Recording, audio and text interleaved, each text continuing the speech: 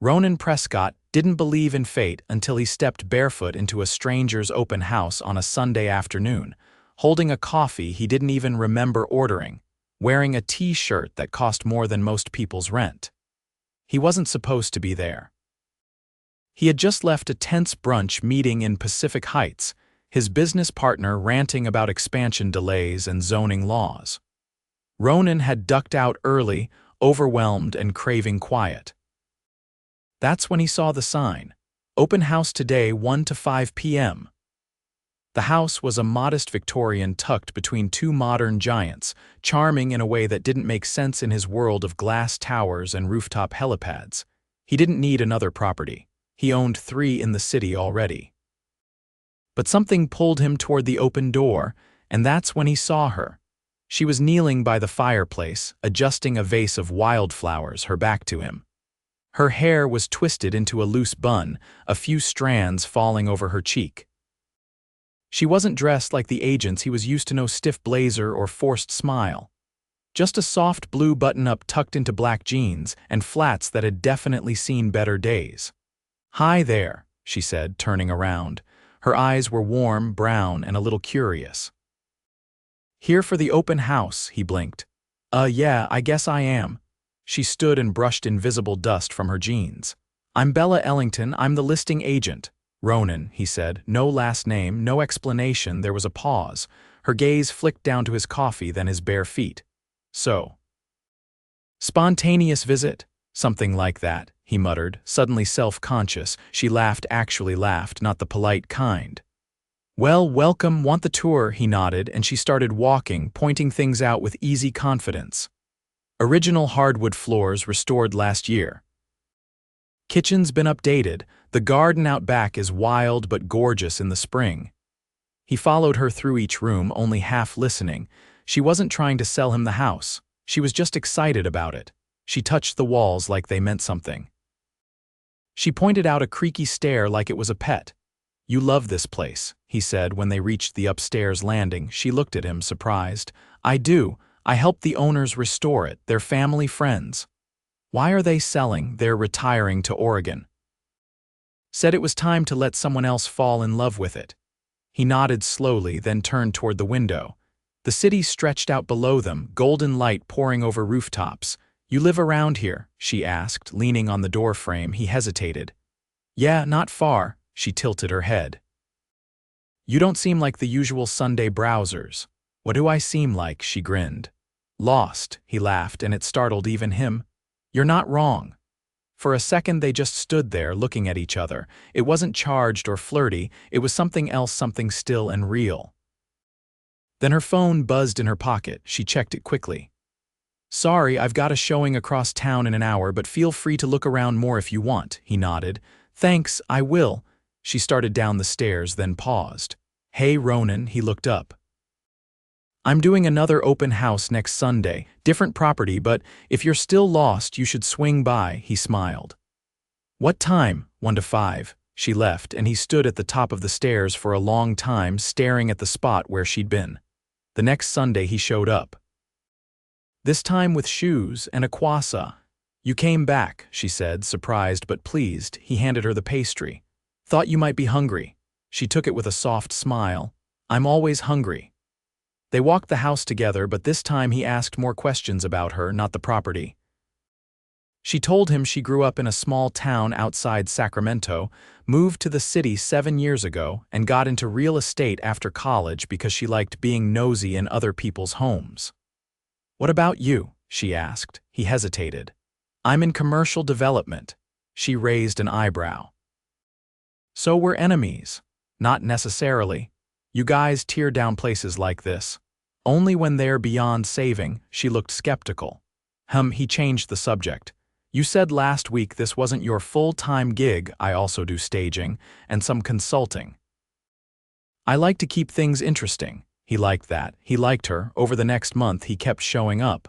Different houses, different excuses. Sometimes he brought flowers. Once he brought her favorite coffee. They talked about everything: bad dates, broken leases, childhood dreams. She never asked about his money, and he never offered. It was the first time in years someone looked at him without calculating his net worth. Then one Sunday, she wasn't there.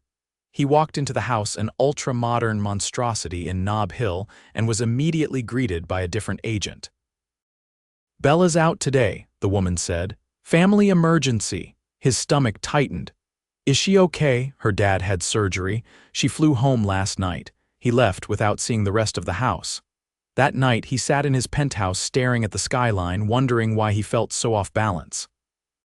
He barely knew her, but it didn't feel that way. It felt like he hadn't been breathing right since he met her. The next morning, he called her. She answered, sounding tired. "Hey, I heard about your dad. Is he okay?" There was a pause. "Yeah, he's stable." "Thanks for calling. Do you need anything?" She laughed softly. "Unless you know how to fix a leaking roof in 30 minutes, I think we're good. I can send someone." "No, it's fine." There was silence. Then she said, "I didn't expect you to call." "I didn't expect to care this much," he said honestly. Another pause. Then softly, "Me either." He flew out that night, didn't tell her. Just showed up the next morning with coffee and a toolbox he didn't know how to use. When she opened the door, she blinked. "Ronan, you said something about a roof." She stared at him for a long second, then she stepped aside. "Come in." Bella leaned against the doorframe, still barefoot in flannel pajama pants, staring at Ronan with disbelief as the morning sun filtered in behind him. He stood there holding 2 coffees and a canvas tool bag with the price tag still dangling from the handle. "You brought the wrong kind of toolbox," she said finally, eyes flicking down to the untouched tools. "I figured that out in the cab," he admitted, "but it felt wrong to show up empty-handed." She reached for one of the cups. "You flew here." "I did. You didn't tell me." "I wasn't sure if I should, but then I realized I didn't really care about what I should do." Bella nodded slowly and stepped aside. "Come in then. There's a bucket in the hallway catching drips." "Watch your step." Ronan followed her through the narrow hallway, past family photos in mismatched frames and a coat rack sagging under weight. The house smelled like cinnamon and cedar. It was nothing like the sterile, curated spaces he was used to, not clean in a magazine sense, but alive. He paused under the leak. A steady rhythm of water hit the bottom of the bucket. "I called a guy in town," she said. "He's coming tomorrow." "Good. That gives me a day to feel useful." She looked at him again, her expression unreadable. "You didn't have to come, I know." In the kitchen, her mother stood at the counter chopping apples. Her hair was streaked gray and pulled into a low twist, and she wore a sweatshirt from a local college. "Ma," Bella said, stepping forward, "this is Ronan." "He's a friend." Her mother studied him over the rim of her glasses. "The one who sends pastries." Ronan cleared his throat. "Guilty." "Well," she said, placing the knife down, "you're welcome to stay for breakfast. We're making apple pancakes." "Unless you're one of those men who can't eat gluten." "I can eat anything," he said, and Bella's mother turned back to the bowl. They sat around the table, mismatched chairs pulled from different rooms. A dog snored underfoot. Bella's younger brother came in late, still rubbing sleep from his eyes, wearing a hoodie with a rip near the collar. He nodded at Ronan but didn't speak. Conversation flowed easily around Ronan, even though he said little. He watched Bella laugh with her family, watched the way she nudged her brother's elbow when he tried to skip helping with dishes. She seemed different here, not smaller, but more rooted. After breakfast, Bella led him outside to the backyard, a wide, sloping patch of land that backed into trees. A swing hung from a crooked branch. A rusted fire pit sat cold in the center. "You look like you've wandered into another planet," she said, folding her arms. "This place is nothing like mine." "I know." "That's why you look like you're waiting for someone to charge you admission." Ronan stepped toward the swing, giving it a gentle push. "You grew up here?" She nodded. "This was my dad's first house. He bought it when he was 22. My mom painted every room 3 times before she liked the colors. They didn't have much, but they built something solid." He looked at her. "You love it here." "I do, but I won't stay, not forever." "Why not?" Bella exhaled, watching the swing move. "Because I want something that's mine. Not inherited or borrowed. I want to chase something that scares me. This place is beautiful, but it's not where I grow." He admired that. It echoed something in him he hadn't admitted in years, the restless itch for more, even after he'd built his empire. As the day wore on, he helped her haul boxes from the attic, sort through old photo albums, and staple plastic over the cracked window in the laundry room. They didn't talk much, but the quiet between them felt easy. That evening they sat on the porch, knees brushing as they drank lukewarm cider from chipped mugs.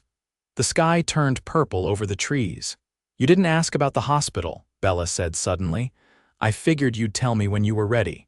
She looked down at her mug. "He's doing better." "But it shook me. I forget sometimes that they're not invincible."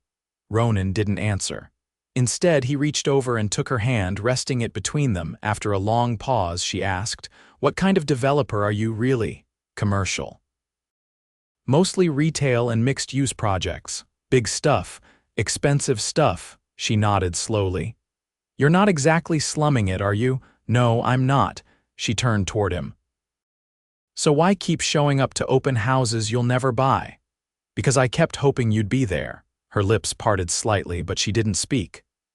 "I didn't come looking for anything, Bella. You can believe that or not, but you made me feel different, less like a name on a press release.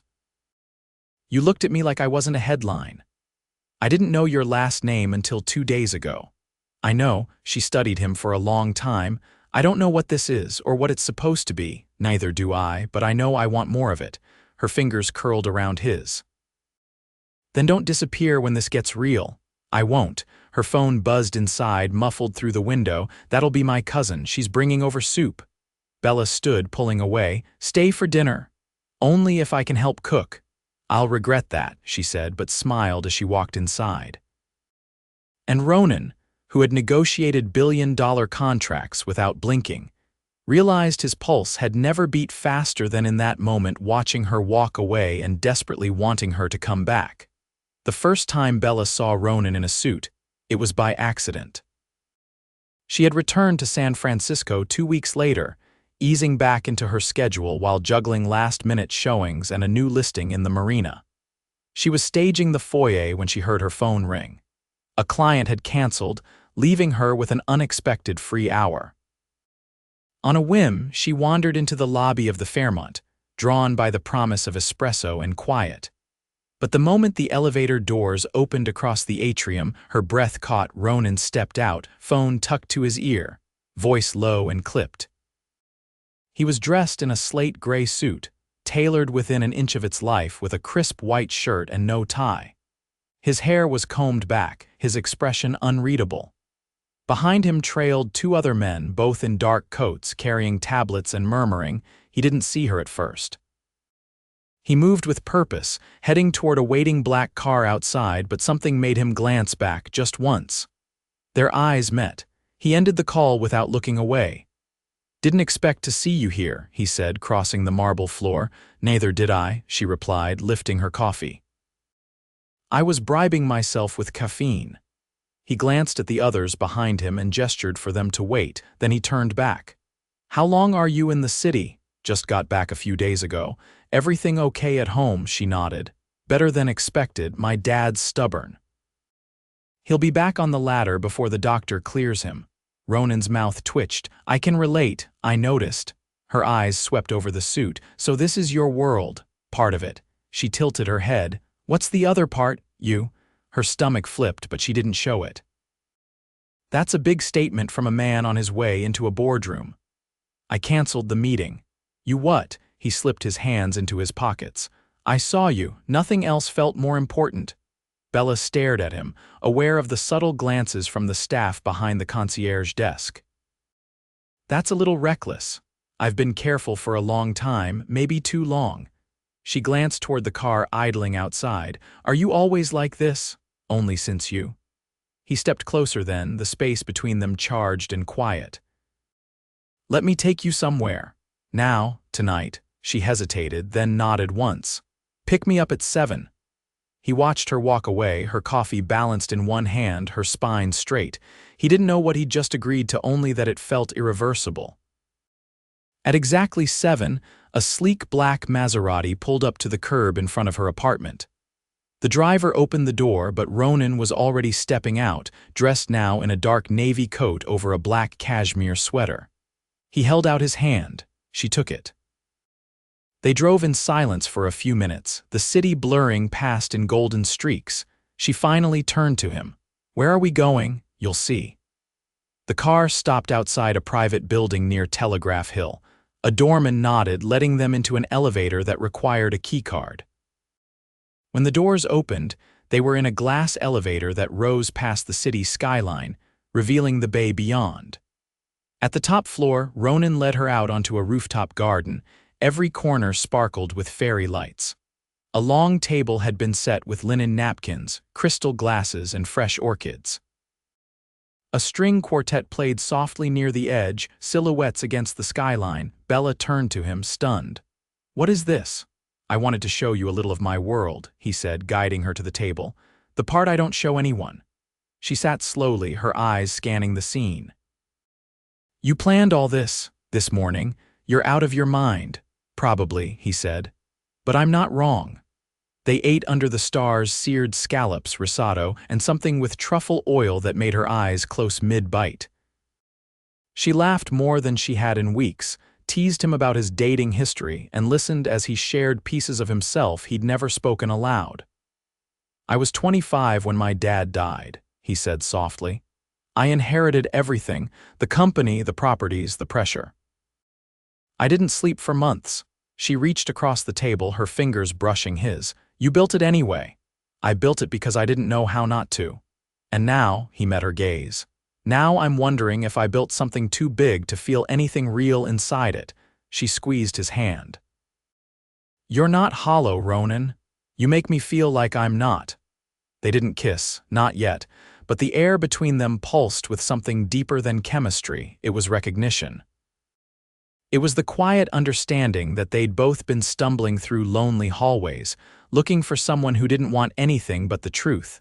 After dinner, he walked her to the car, but she stopped him before the door. "I don't want this to be a performance," she said, her voice low. "I've seen too many men try to buy affection. I'm not trying to buy anything, I just want to give you something real." She looked up at him, the city lights behind her. "Then don't give me rooftop dinners, give me consistency." "I can do that. Can you?" "Yes," he said simply. She stepped into the car and he closed the door gently behind her.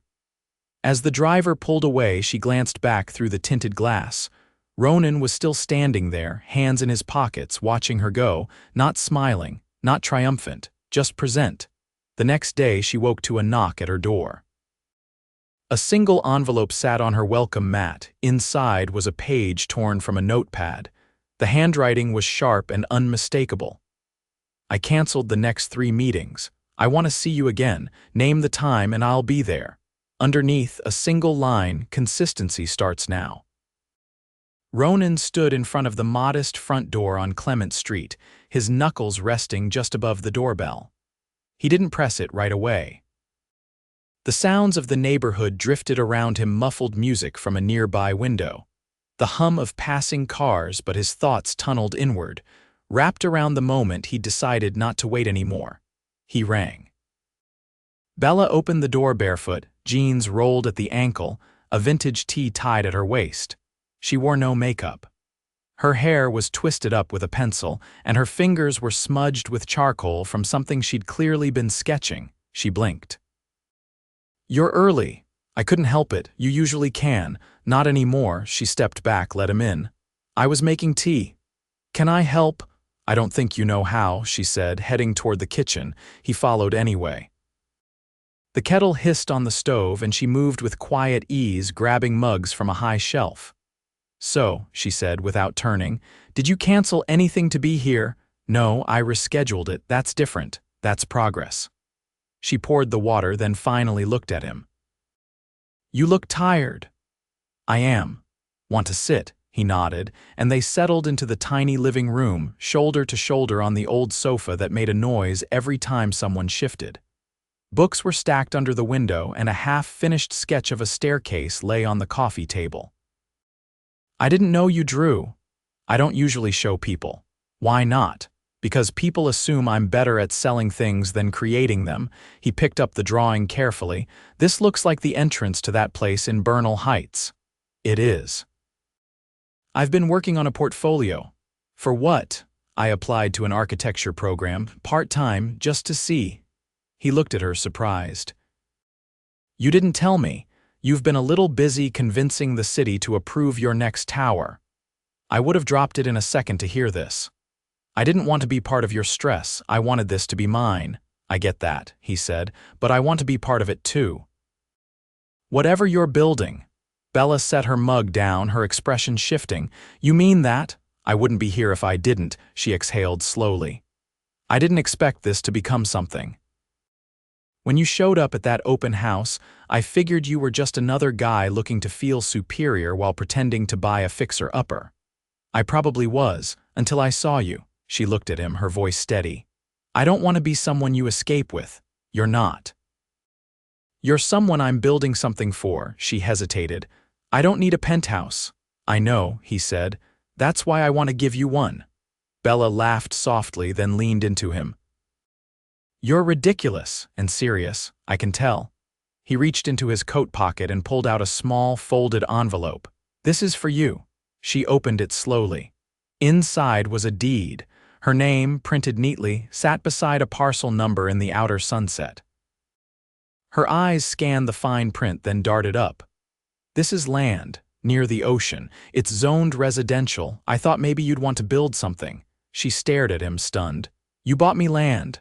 I bought you possibility, her voice dropped. That's not a small thing. It's not conditional. You don't owe me anything. She folded the paper carefully and set it down.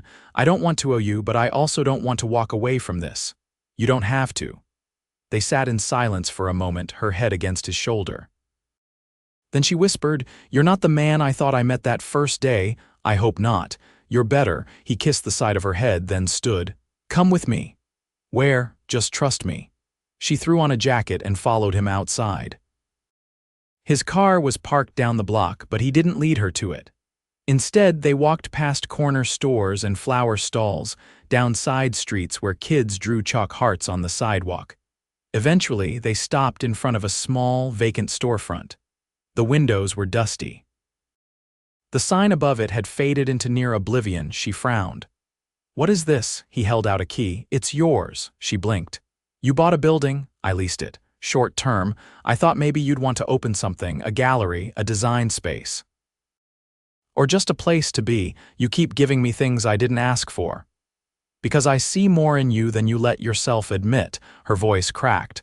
Why me? He stepped closer. Because you never wanted anything from me except the truth. And that's the one thing I never knew how to give until you. She looked up at him, eyes bright. You terrify me. That's how I know it's real. Inside the building, dust motes danced in the last light of day. She stood in the center of the room, turning slowly, her fingers ghosting over an empty shelf. I could paint the back wall, she murmured. Put in soft lighting. You could do anything. She turned to him then. Will you be here when I do? Every day, he said, if you'll have me. Bella walked over, took his hand, and pulled it to her chest. Then I guess this is ours now. He kissed her there, beneath the quiet hum of a space not yet filled, and the world outside faded into something quieter, something more certain. Weeks later, the storefront gleamed with fresh paint and hanging lights.